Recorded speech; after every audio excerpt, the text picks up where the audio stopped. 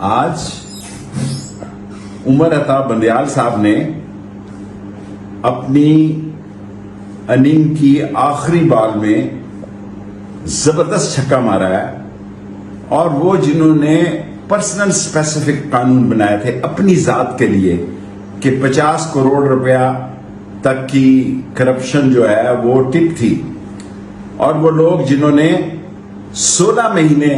خاک چھانی اپنے کیس ختم کرنے کے لیے اور یہ تاثر دینے کی کوشش کی کہ ہم گنگا نہائے ہیں،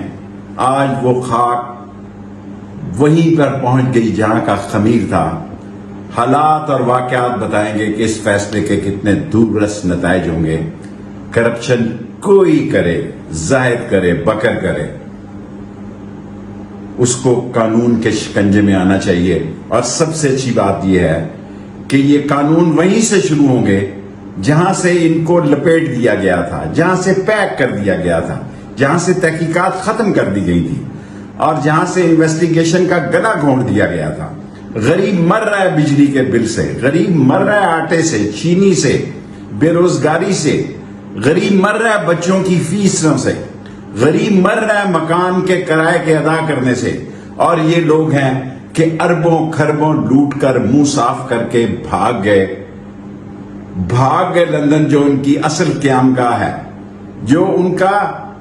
اصل بیس کیمپ ہے، جہاں وہ ہائی پارک 1 اور جو وہ ان کے اپارٹمنٹس ہیں ان کی خرید و فروخت کرتے رہے ہیں، اور بڑے اپنے آپ کو یہ ثابت کرنے کی کوشش کرتے رہے ہیں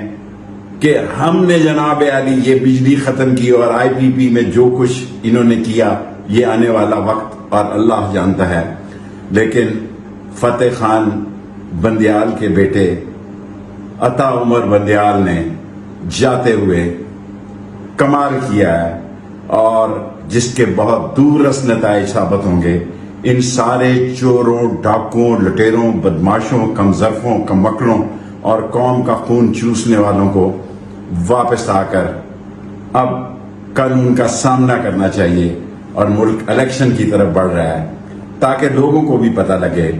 کہ چور جو ہے وہ چوکیدار نہیں بن سکتا، چور چور ہی رہے گا، اور انشاءاللہ تعالی پاکستان ترقی کرے گا، پاکستان آگے جائے گا، اور یہ عظیم قوم ہے، اور ہمارے عظیم ادارے اور عظیم افواج ہیں، ان کو انشاءاللہ تعالی نکیل ڈالے گی جنہوں نے پاکستان کے خزانے کو لوٹا ہے، اور پاکستان کے خزانے کو مضبوط اور مستحکم کرے گی، اور غریب کو سکھ اور چین،